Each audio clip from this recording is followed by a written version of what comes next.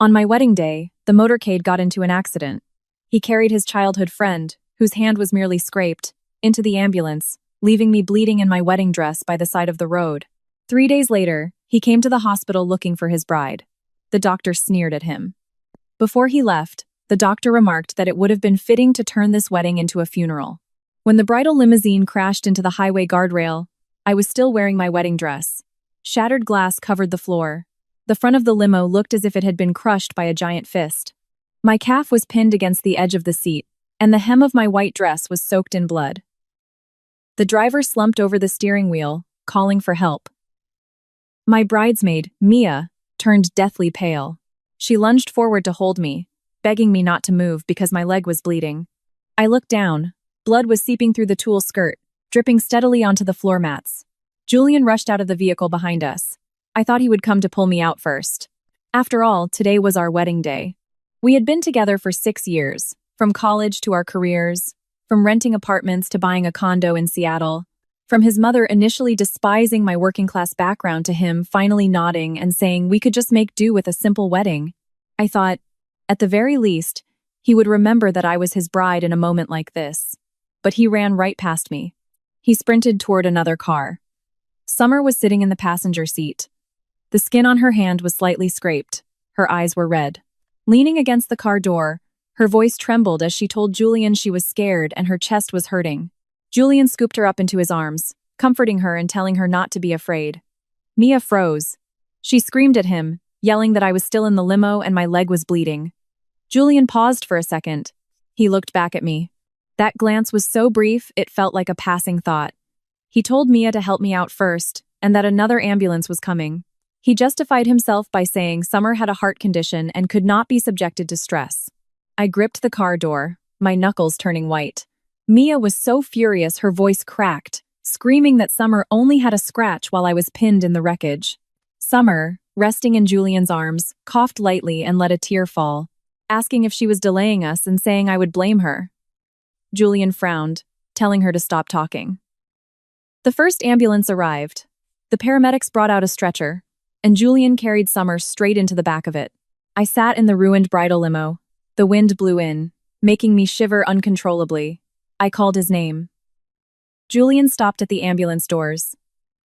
I asked him if he was sure he wanted to take her first. He looked at me with impatience, telling me not to be jealous at a time like this because Summer was unstable, while I had Mia and the driver with me. I smiled.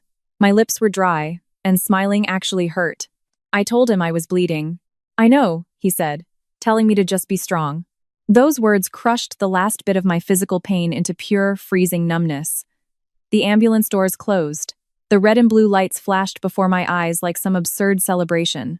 Mia cursed under her breath and crouched down to apply pressure to my wound, begging me to hold on because she had already called 911 again. I did not look in the direction Julian had left. I took off my wedding ring. Julian had picked it out himself, and the inside of the band was engraved with our initials. On the day he proposed, he promised he would never let me face anything alone again. Now, the ring was smeared with my blood. I pressed it into Mia's palm, asking her to keep it safe. Her eyes welled with tears as she told me to stop talking and focus on stopping the bleeding. I stared at the ring. I was going to give it back to him. It took over 10 minutes for the second ambulance to arrive. When I was loaded onto the stretcher, the train of my wedding dress dragged on the asphalt, leaving a long red trail of blood. Relatives standing nearby whispered among themselves. Someone said the bride was so unlucky to see blood on her wedding day. Another defended Julian, saying he had no choice because Summer had been frail since childhood. Someone else muttered that I usually seemed reasonable and hoped I would not throw a fit over Summer today. I closed my eyes, memorizing every single word. By the time we reached Seattle General Hospital, I was shivering violently. A nurse cut away the bottom of my wedding dress. Dr. Miller examined the wound and immediately ordered stitches and a scan. When the nurse asked for family members, Mia rushed up, stating she was my friend. The nurse asked where the groom was.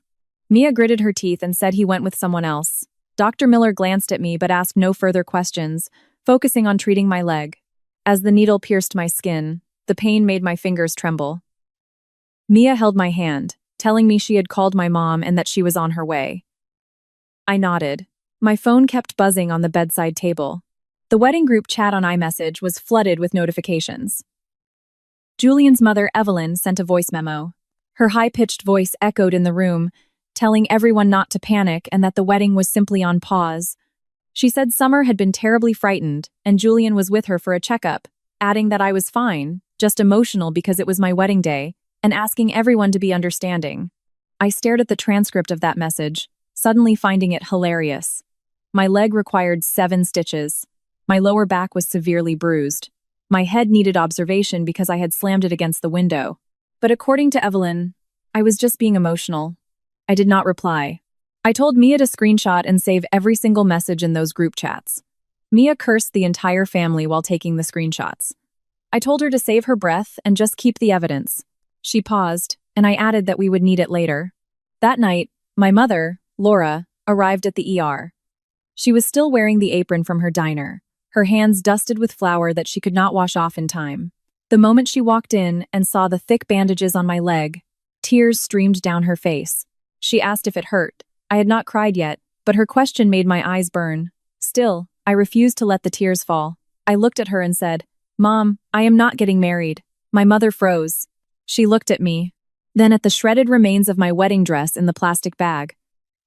Suddenly, she reached out and stroked my hair. "Okay, Chloe," she said. "No marriage." There was no persuasion, no questioning, no lecturing about how far the wedding preparations had already gone. Just a simple agreement. In that moment, I wanted to cry more than I did at the crash site. Julian did not show up that night. He sent a text saying Summer was still under observation, noting that I had Mia and my mom with me, and promising to visit me the next morning. He added that I should not make a scene about the wedding because his mother was already exhausted. I stared at the message for a long time before handing my phone to Mia to screenshot. Mia gritted her teeth and did as asked.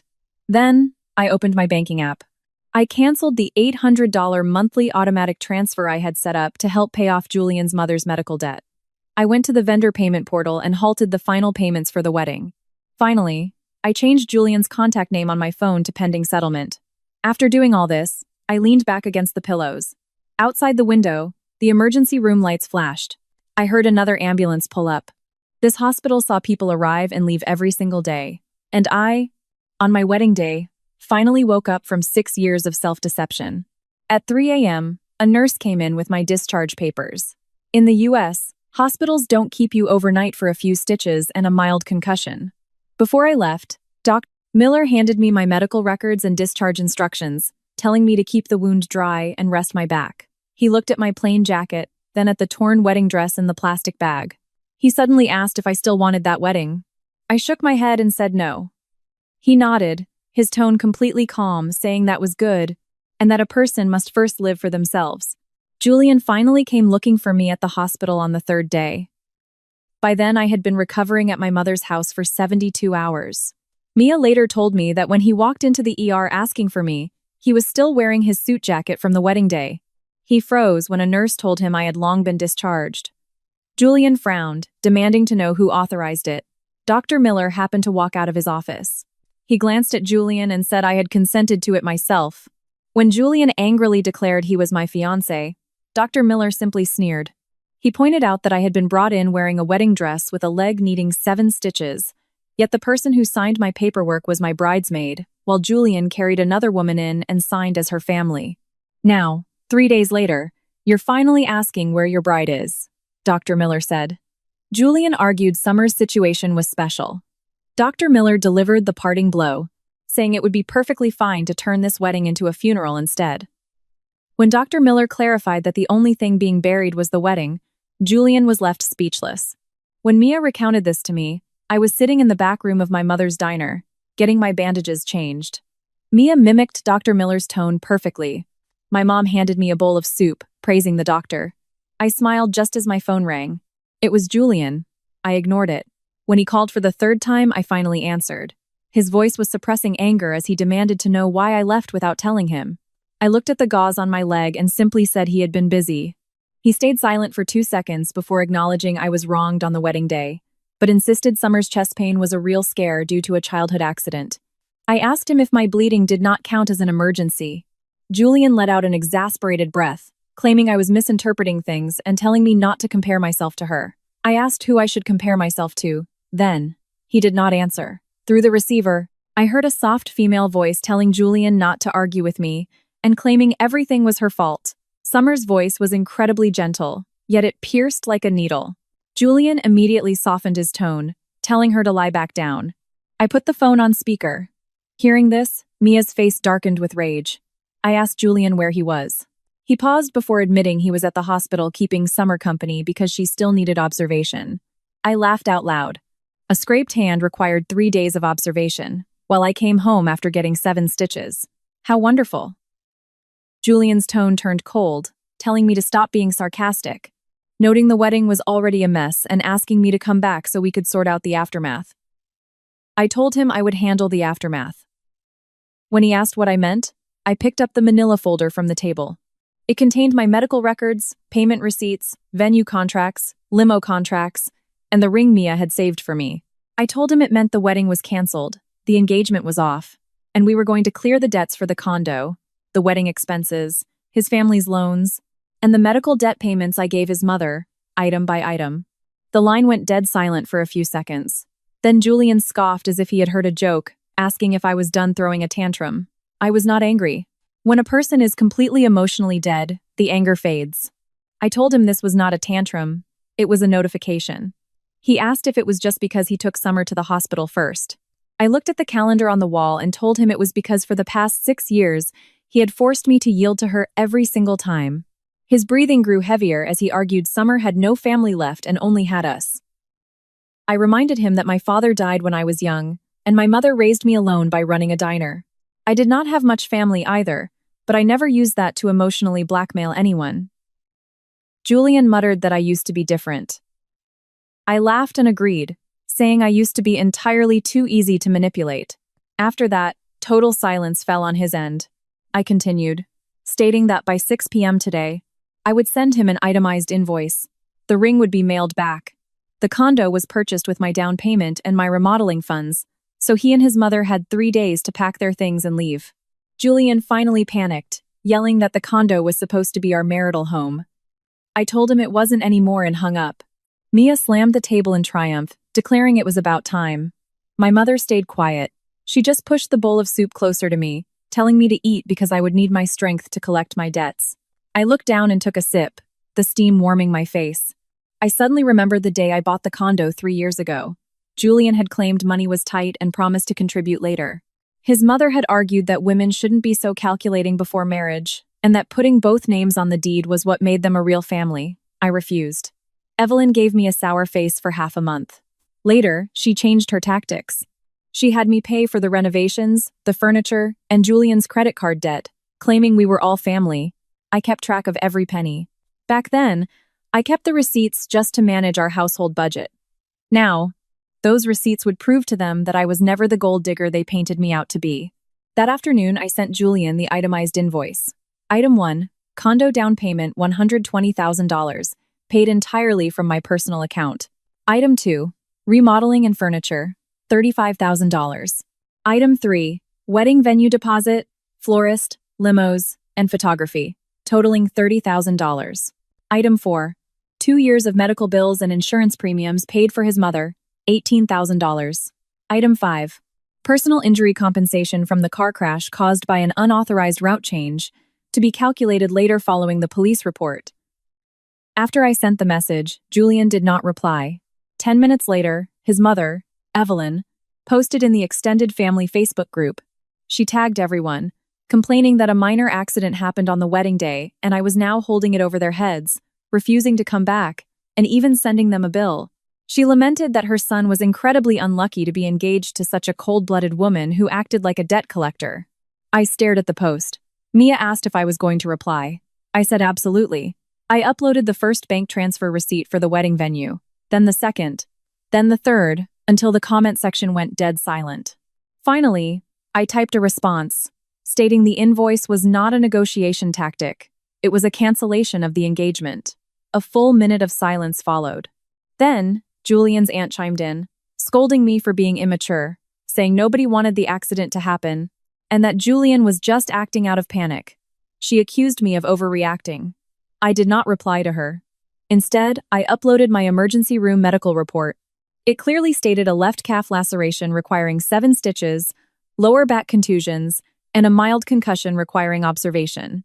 The comments turned into a string of ellipses. Then, I uploaded Summer's ER triage sheet, which listed a superficial scrape on the back of the hand, emotional distress, and recommended rest. Mia laughed out loud beside me, noting the contrast was spectacular. Evelyn quickly deleted her original post, but I had already taken screenshots. She then commented that nobody could read medical jargon anyway, reiterating that Summer was frail and the shock was worse than physical injuries, and told me I should be the bigger person and stop being so petty. I stared at the words, "be the bigger person," and felt only disgust. Summer was 1 year younger than me, but from the day she entered my life, the entire Carter family expected me to yield to her. When she said she liked my premium bridal bouquet, Evelyn told me it was just a small wish and I could easily pick another one.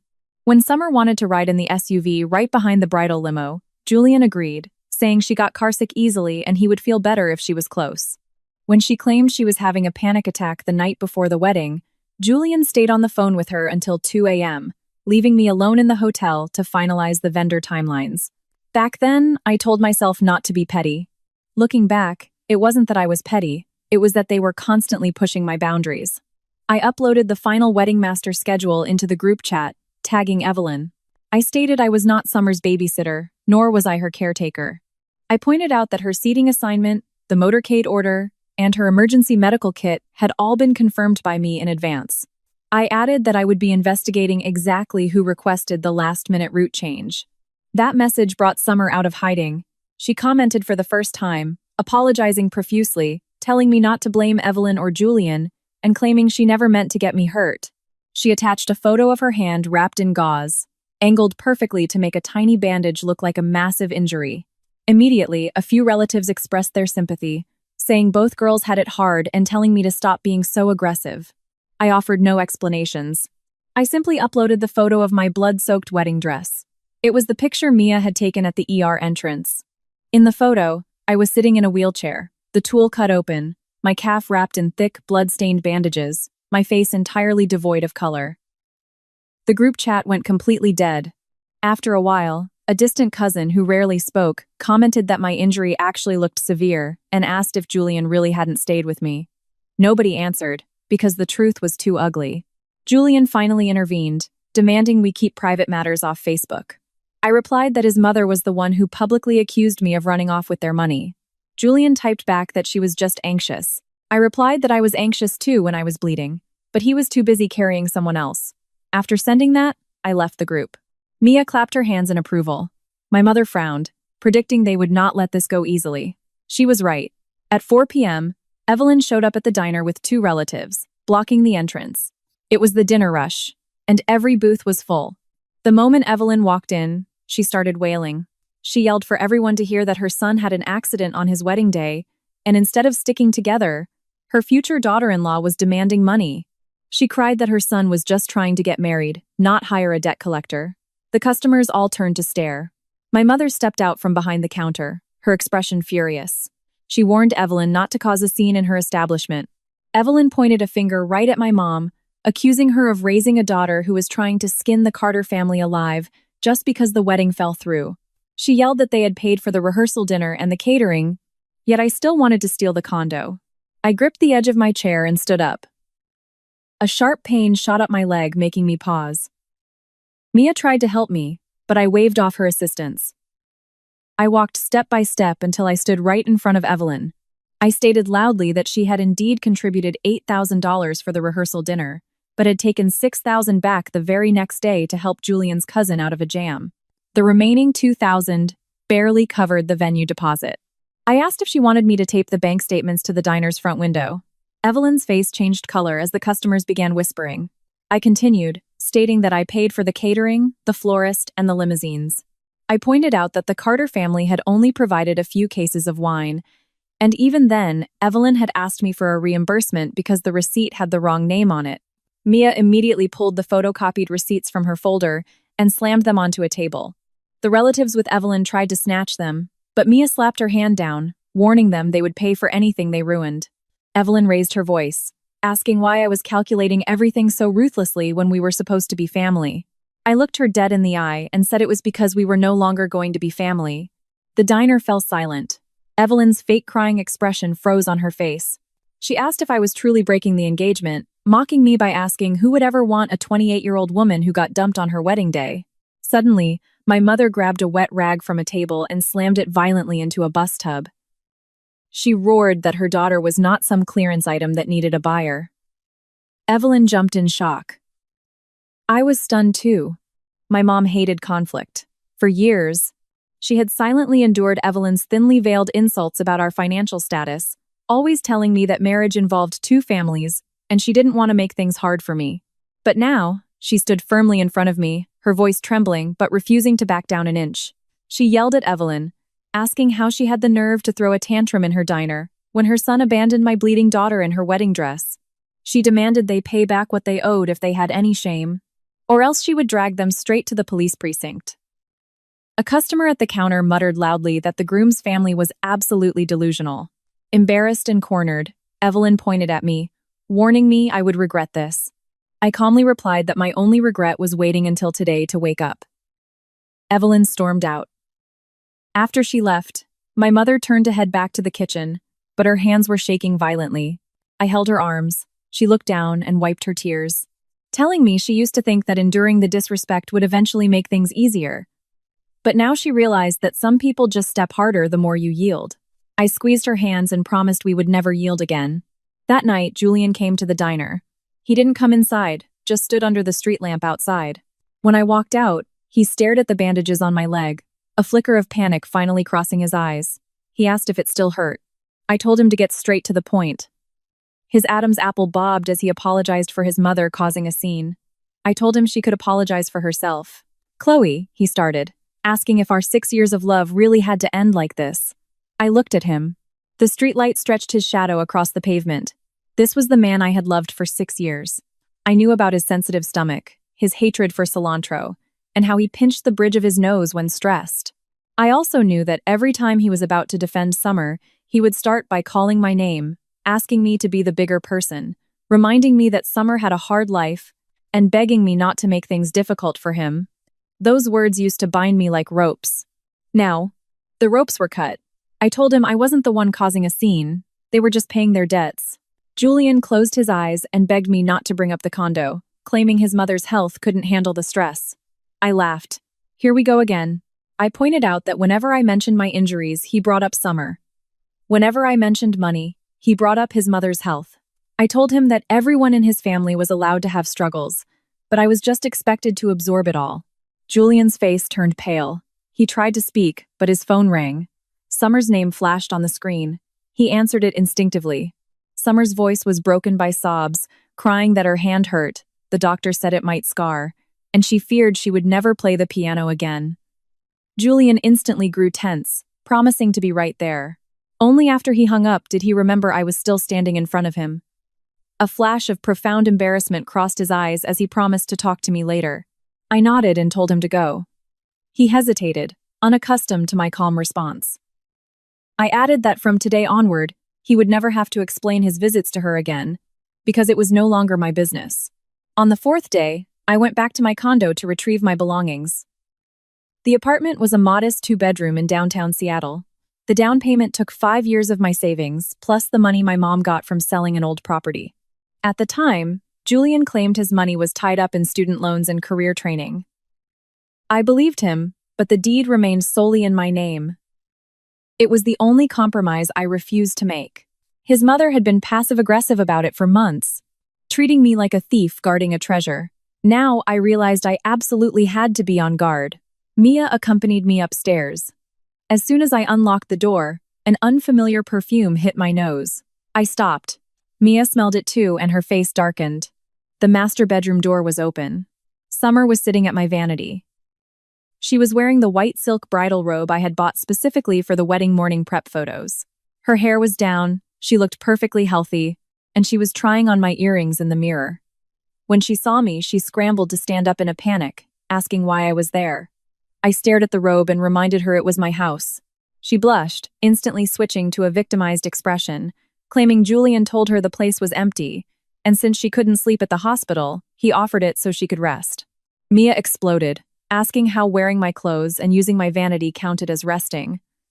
Summer's eyes welled with tears, insisting she didn't know they were my things and that her clothes were dirty from the hospital, so she just grabbed something to lounge in.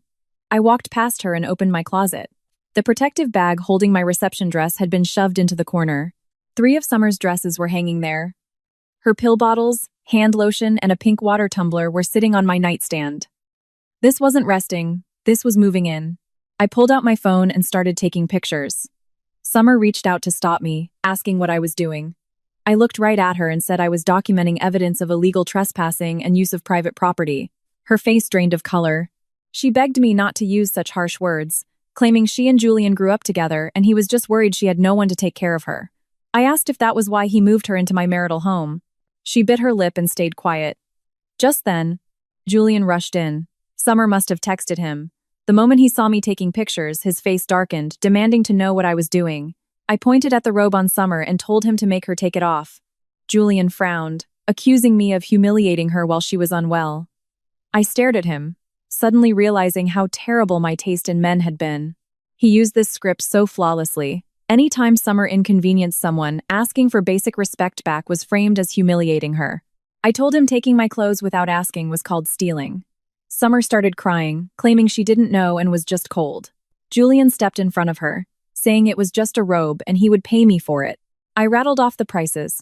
The designer robe was $380, the earrings $120, and the luxury bedding she slept on was $260. I told him to Venmo me right now. Julian was stunned. Mia burst out laughing. Summer was frozen. She didn't expect me to actually demand cash. Julian looked disgusted, asking when I became so nickel and dime about everything.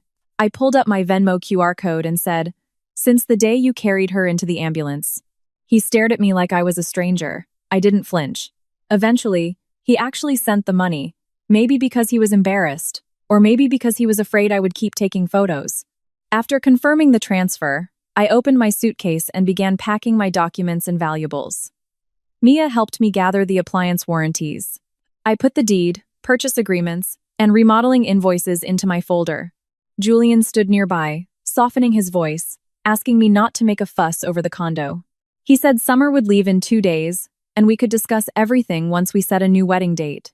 I stopped what I was doing and asked if he seriously still thought I was just throwing a tantrum. He looked confused, asking if I wasn't. I smiled and said no. I pulled a piece of paper from my folder. It was a draft of a prenuptial agreement his mother had tried to get me to sign, which stipulated I would pay the mortgage while granting Julian 50% equity in my condo in the event of a divorce. I had refused to sign it back then. Now, it was proof of their scheming. I handed it to Julian, asking if his aunt had drafted it. Julian's face changed as he defended it, saying his mom just wanted family stability.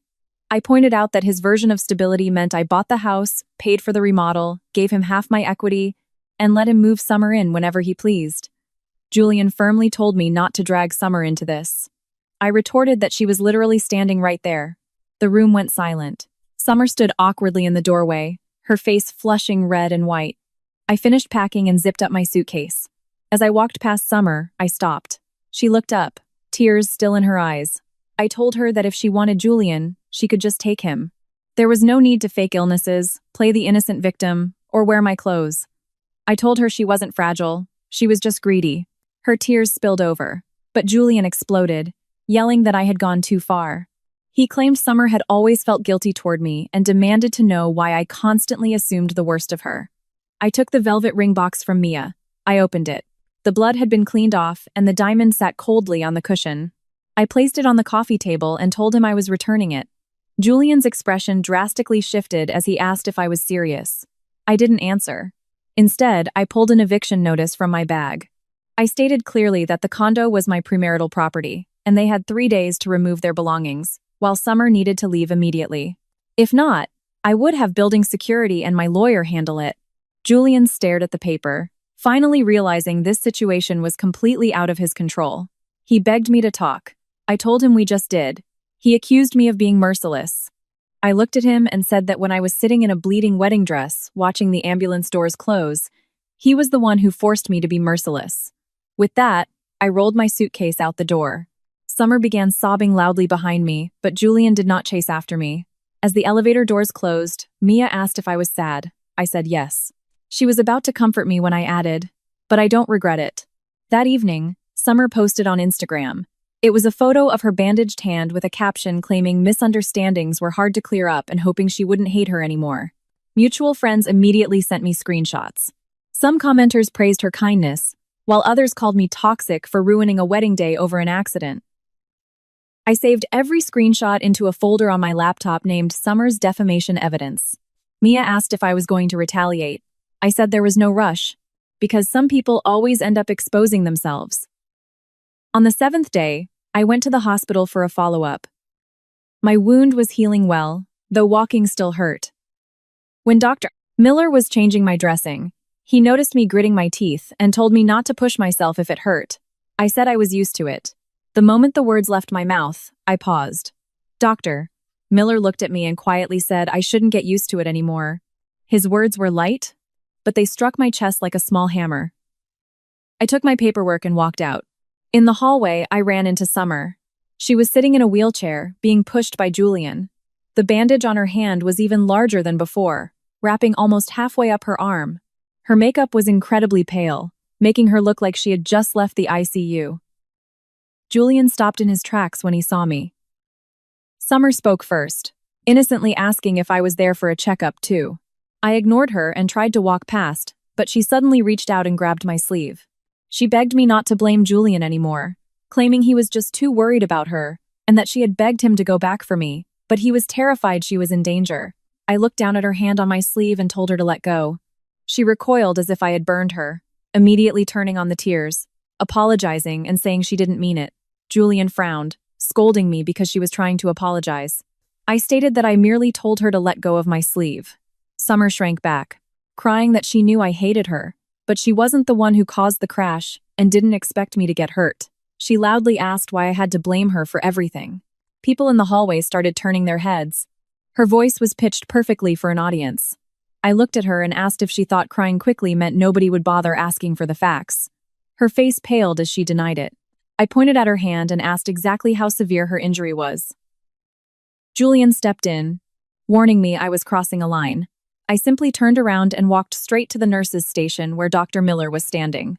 I asked him if a patient's medical records could be disclosed if they consented. Dr. Miller glanced at Summer and said absolutely, if she agreed.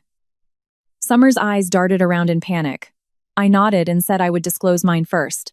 I laid my medical file and follow-up report on a nearby counter for everyone to see. I announced my injuries: a left calf laceration with 7 stitches, lower back contusions, and a mild concussion. I told Summer that if she felt I was wronging her, she could show everyone her medical records too. The crowd of onlookers grew. Summer bit her lip, crying harder, claiming she wasn't as aggressive as me and just wanted to heal in peace. I told her healing was fine, but spreading rumors wasn't. Julian blocked my view of her, yelling that her hand might scar and asking if that wasn't enough. Dr. Miller suddenly chimed in. His clinical tone cut through the drama as he stated that superficial scrapes rarely impact mobility and just require regular bandage changes. Julian froze. Summer's face turned sheet white.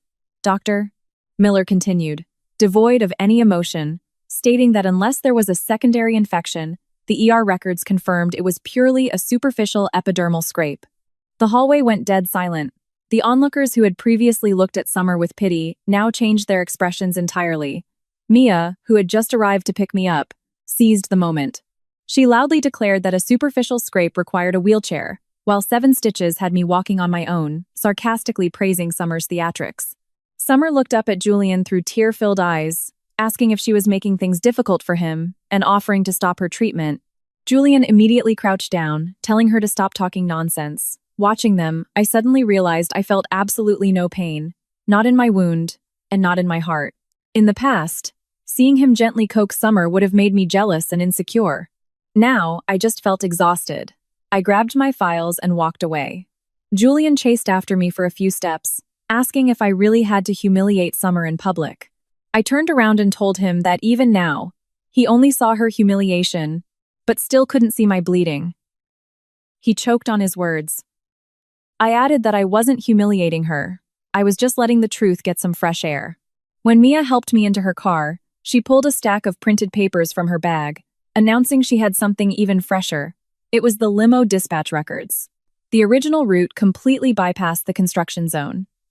The route was changed at the last minute.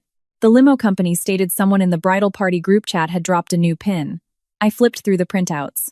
They were chat logs provided by the limo driver, Gary. At 9:17 a.m. on the wedding day, Summer sent a message saying she left her medication bag at a florist on Pine Ridge Road and asked the motorcade to reroute because she was afraid she couldn't hold on. Julian replied, confirming the detour. Evelyn chimed in, saying Summer's health was the priority. Gary, the driver, had warned them the construction on Pine Ridge Road would cause a delay and potential hazards. Summer replied that it would only take a few minutes, adding she didn't want any emergencies ruining her best friend's big day. Mia scoffed, noting that her detour caused the ultimate emergency. I stared at the line where Summer claimed she didn't want to ruin my day, my fingers gripping the paper tightly. Mia told me Gary was willing to testify, stating he hadn't wanted to deviate, but because both the groom and his mother approved it, he had to comply. I asked if they ever retrieved the medication bag. Mia shook her head, stating the florist owner confirmed nobody ever came for any bag. I looked out the car window. Julian was pushing Summer out of the hospital doors. She leaned back in the wheelchair like a delicate flower ready to blow away in the wind. But she wasn't a flower, she was a knife. And Julian was the one who had personally handed that knife to me. When the insurance adjusters and our lawyers called us in for a deposition regarding the accident liability, Julian finally panicked. He called me 5 times. I didn't answer. On the 6th try, he texted me, begging me not to blow things out of proportion before liability was assigned, insisting Summer didn't do it on purpose. I replied that I only cared about the evidence. He asked to meet. I told him I would see him at the lawyer's office. The next morning, Mia and I arrived on time. Julian was waiting in the lobby. Summer was absent, but Evelyn was with him. As soon as she saw me, her face darkened, accusing me of trying to drive Julian to an early grave over an accident nobody wanted. I ignored her and took a seat. Julian looked at my leg and asked if it was better. I told him to stick to business. His face stiffened. The claims adjuster soon called us in. The accident was straightforward. After entering the construction zone, the lead car braked hard to avoid a barrier, causing a chain reaction rear-end collision. The bridal limo took the worst hit, which was how my leg got sliced by the crushed seat frame. The core issue was why the motorcade diverted. Gary, the driver, was present. He was an honest man in his 50s and kept wringing his hands nervously. He stated that the new route wasn't his idea, but the groom's party wanted to get a medication bag.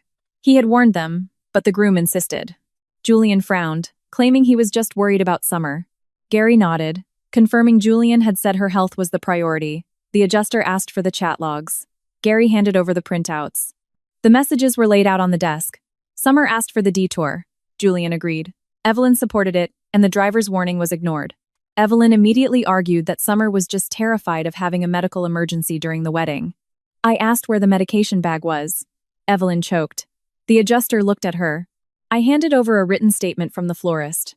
It confirmed that on the wedding day, nobody came to pick up a bag, nor had Summer ever left one there. Julian read the paper, the color draining from his face. Evelyn quickly changed her tune, suggesting Summer simply remembered the wrong location. I stared at her, pointing out that a memory lapse rerouted an entire motorcade, caused an accident, resulted in her getting a scrape, while I got 7 stitches, and she thought that was a sufficient excuse. Furious, Evelyn demanded to know what I wanted, asking if I expected Summer to kneel and beg. I told her no. I expected them to be legally liable for the damages. Julian looked up in shock, asking if I was suing Summer. I looked right back at him and said he was getting sued too. The room went silent. Julian looked as if he had been slapped. I explained that he was the one who approved the detour, and he failed his duty of care after the accident. Even though we hadn't signed the marriage certificate yet, he was the primary organizer of the wedding day. The dispatch, the route confirmation, and the emergency response were all his responsibilities. Evelyn jumped out of her chair, screaming that I was insane for suing my own fiancé. I corrected her. Ex-fiancé. Julian's face was grim as he asked if I really had to take it this far. I calmly told him they were the ones who pushed me here step by step. He gripped the edge of the table, admitting he handled things poorly that day, but claimed that if Summer had truly died of a heart attack, he would have regretted it for life. I looked at him and asked, "What about me?" He fell silent. He couldn't answer that question, because in his hierarchy of priorities, Summer's hypothetical risks always outranked my actual suffering. Leaving the office building, Julian followed me out, begging me not to take it to court, offering to cancel the wedding and pay compensation privately. He said his mother cared about her reputation and couldn't handle the public shame. I laughed, asking if his mother's reputation was more important than my physical injuries. He claimed that wasn't what he meant. I looked at him and said that regardless of what he meant, the result was always the same. Julian's eyes were bloodshot as he accused me of no longer being the understanding woman he knew. I agreed, stating that I was done being his doormat. I got in the car and left.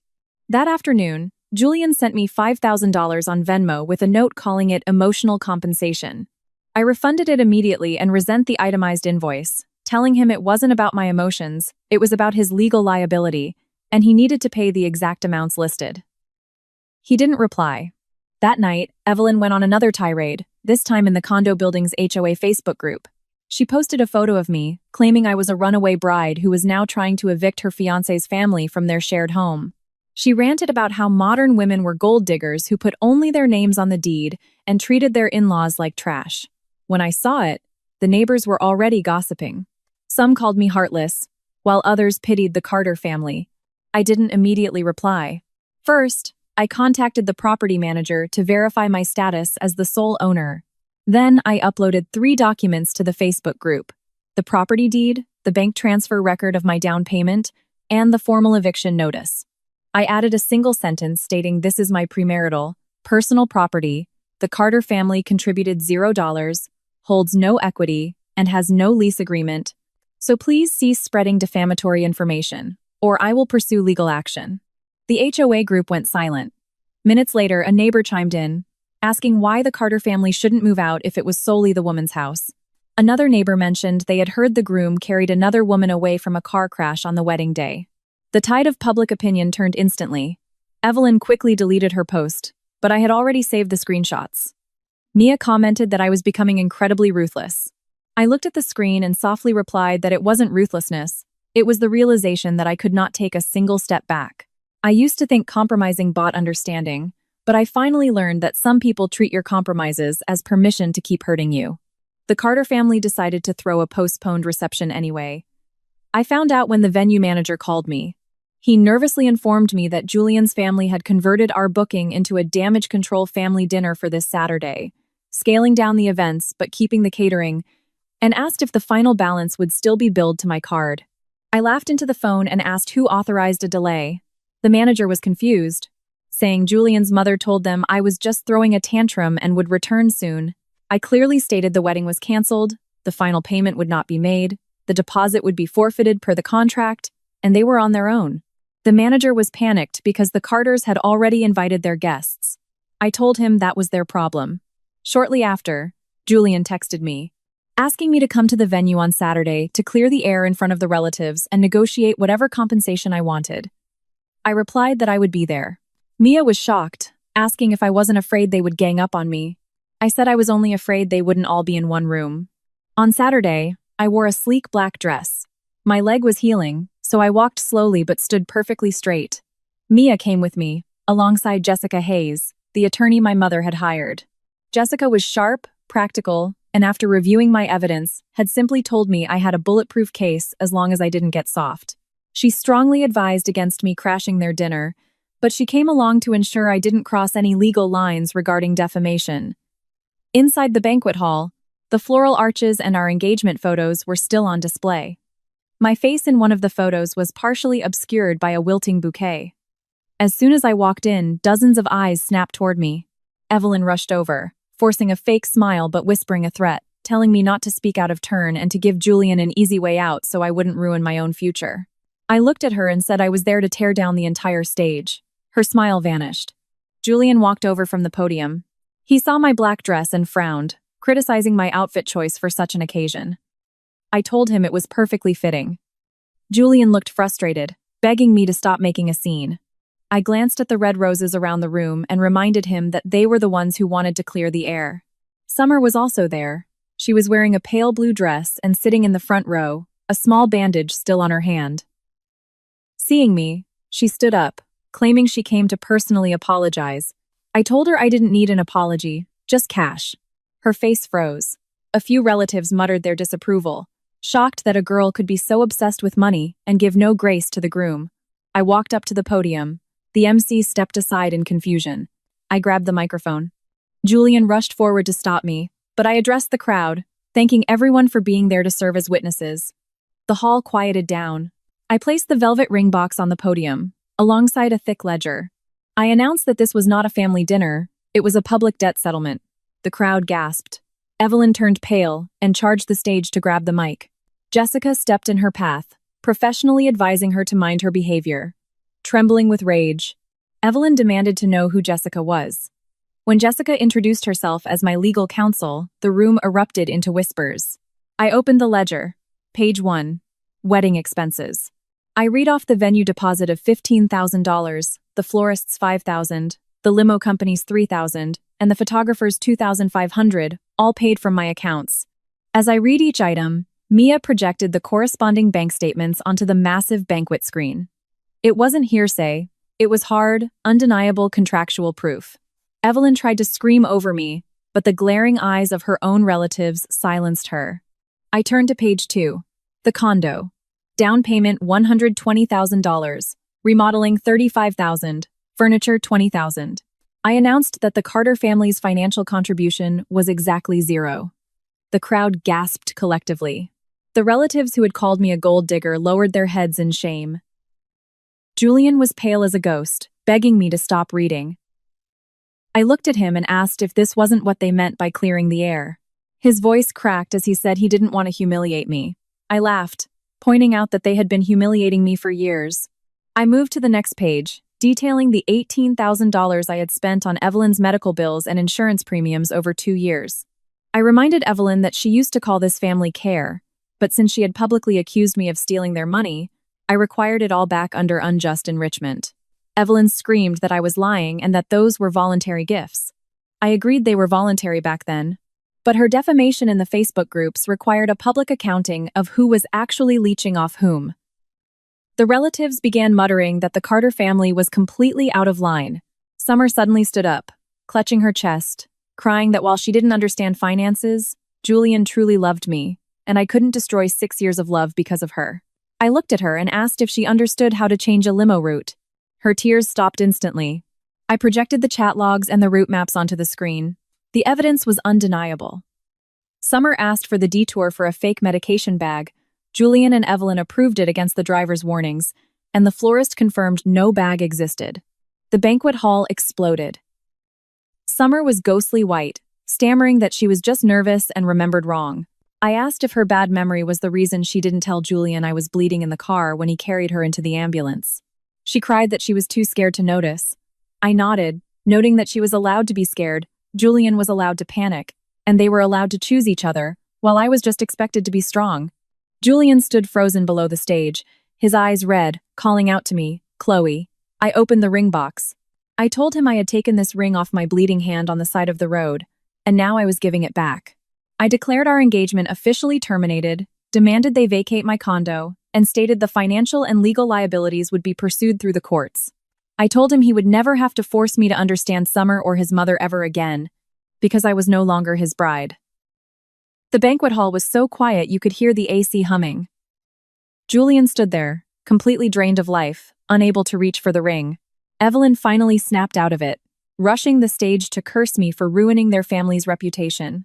I held the mic closer to her face and offered to read her defamatory Facebook comments aloud. She shut her mouth. Her own relatives pulled her back, whispering that their family was clearly in the wrong. Evelyn was stunned. Her tears and victim playing had always worked before, usually painting Julian as my hostage. But with the receipts, invoices, and chat logs projected on the wall, the truth was glaring. Summer suddenly grabbed her chest again, crying to Julian that she felt sick. Julian instinctively took a step toward her. I saw it. Everyone saw it. Julian realized it too and froze, his face growing paler. Summer's tears cascaded as she insisted she wasn't faking it. Mia laughed into the microphone, advising Summer to walk next door to the urgent care clinic instead of asking Julian to carry her, lest everyone get the wrong idea.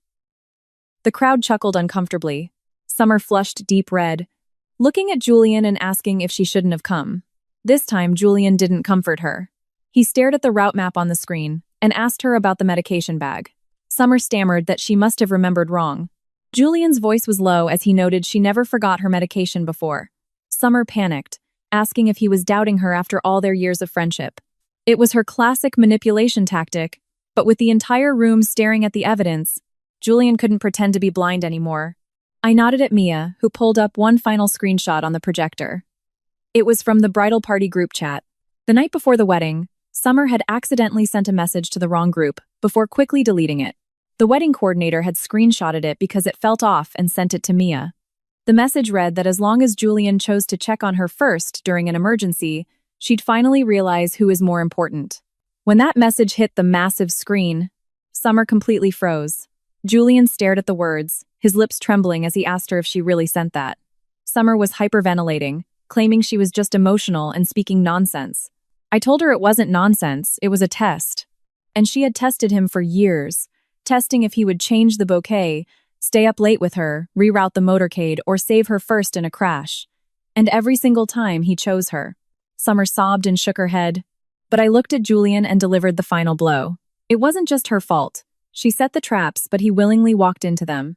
He indulged her tears and demanded my maturity in exchange. I told Julian he wasn't tricked. He was a willing participant. All the color left Julian's face. He tried to speak, but no words came out.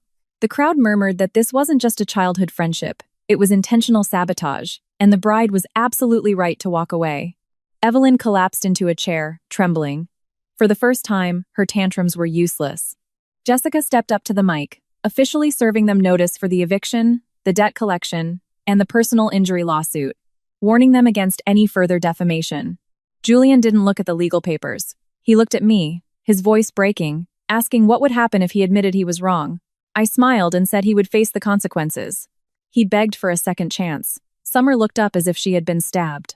Evelyn cried out his name. I looked at Julian. A month ago I might have cried. A week ago I might have agonized over our 6 years together. But now, I just felt disconnected. He wasn't begging because he loved me. He was begging because he had lost control of his comfortable life where I paid the bills, managed his mother, and tolerated his emotional affair with Summer. I told him his regret was not my new beginning. He stood there with red eyes as I left the stage. As I reached the doors, Summer yelled my name. Her makeup was ruined, and her eyes were full of venom. She spat that I had forced her into a corner, but Julian would never truly let her go. I didn't even stop walking as I told her she could keep him, because I didn't want him anymore. I pushed open the banquet doors and walked out into the bright sunlight, leaving the red carpet behind, and I never looked back. Following the banquet, the Carter family descended into chaos. Evelyn tried to play the victim in the family Facebook group again, only for her own relatives to tell her to just pay me back. She tried posting a long rant on Facebook about modern women being greedy, but the comments immediately asked if her family had contributed a single dime to the house. She deleted the post. Julian started texting me constantly, promising to move out, promising to handle Summer, and begging to talk. I ignored every single one. I had finally learned that silence was the best response. In the past, whenever he asked to talk, I would rush over, listen to his hour-long excuses, and end up being the one to compromise. Not anymore. The property manager confirmed the Carters were moving out. Evelyn even tried to steal the refrigerator and washer I had bought, but building security stopped her based on the inventory list I provided. She called to curse me out over a fridge. I simply reminded her it was my property, and hung up. That afternoon, she showed up at the diner again, this time with Julian's aunt, trying to play good cop with my mother. Evelyn cried that the kids were just fighting and asked my mom to intervene, claiming my reputation would be ruined if the wedding was called off. I walked out of the back room and told her my mom didn't need to intervene. Evelyn forced a smile, looking at my mom for backup. My mother put down her towel and agreed that she used to think women needed to compromise for a good marriage. Evelyn's eyes lit up, but my mom continued, stating that was exactly why she had tolerated Evelyn's snobbery, the financial abuse, and the disrespect. But she drew the line at her daughter bleeding in a wedding dress while the groom carried another woman away. My mom stated firmly that Evelyn wasn't there to make peace. She was there because she realized I could no longer be bullied. Julian's aunt tried to smooth things over, but my mom shut her down, declaring that since there was no wedding, we weren't family. Evelyn was furious. But my mom pulled out her phone and threatened to call the cops for harassment and sue for business disruption. Evelyn was stunned. I smiled at my mom. She had learned my strategy of keeping receipts. Evelyn stormed out, yelling that Julian would never take me back. I told her that was exactly what I was praying for. My mom sat down, her legs trembling slightly from the adrenaline. I hugged her. She told me she used to worry about me being a laughingstock, but now she knew that marrying into that family would have been a lifetime of misery. She made me promise to live a good life. I promised her I would. That night, I finalized everything with Jessica. We proceeded with the eviction, the debt collection, and the personal injury and defamation lawsuit. I refused mediation unless it included a written apology, full financial restitution, and immediate eviction. Jessica said it might take time, but our evidence was airtight. During the formal mediation, Julian looked exhausted, his shirt wrinkled and unshaven. Evelyn was sullen. Summer was there too. No wheelchair, just a small band-aid on her hand. She kept trying to hide her hand in her sleeve. The mediator went item by item. Evelyn complained about the appliances, but Jessica shut her down with the security logs. When it came to the wedding costs, Evelyn argued they shouldn't pay. I pointed out the cancellation was entirely due to Julian's abandonment and their subsequent harassment. Julian stared at his lap. When we reached the accident liability, Summer cried that she was just nervous. I reminded her of the route map, the fake medication bag, and her silence while I bled.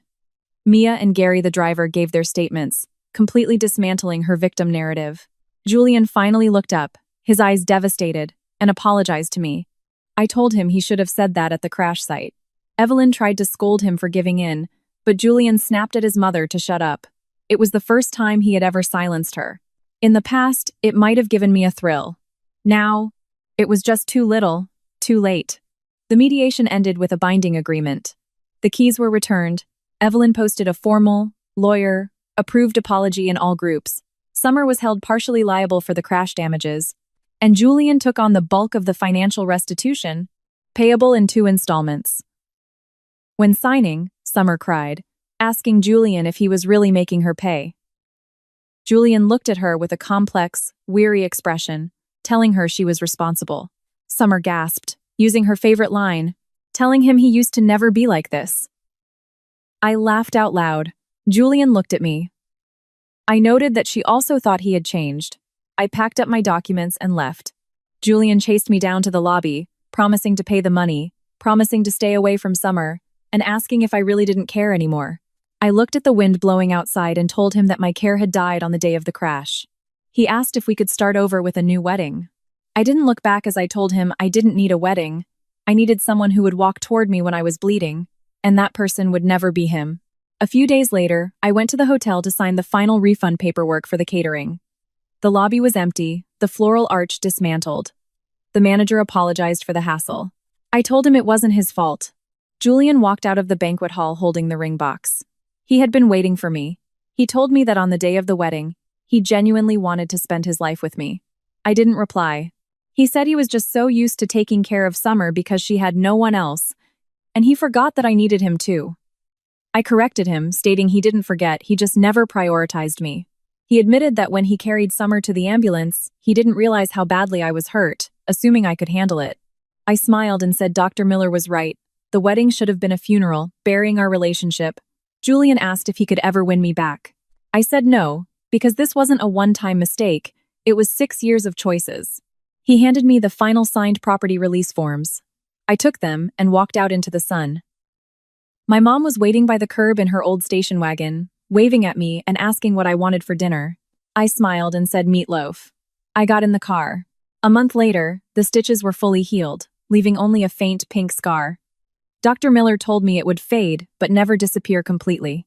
I said that was fine. It was a good reminder not to endure things until I bled. Outside the hospital, Julian was standing there. He looked thin. He said he wasn't stalking me, just picking up some papers. He told me he had cut off all contact with Summer. I told him he didn't need to report to me. He asked if I would ever forgive him. I watched a young couple walk by, the boy carrying the girl's bag and matching her slow pace. I turned to Julian and said I could stop hating him, but I would never want him again. The light in his eyes vanished. I walked past him, and this time, he didn't follow. Back at the diner, My mom had put up a new sign, Laura and Chloe's Diner. I sat at the counter, pulling out a piece of clean lace I had salvaged from my ruined wedding dress. I pasted it into the first page of a new journal. Mia asked what I was writing. I said it was a new ledger. I wrote down the date and a single note.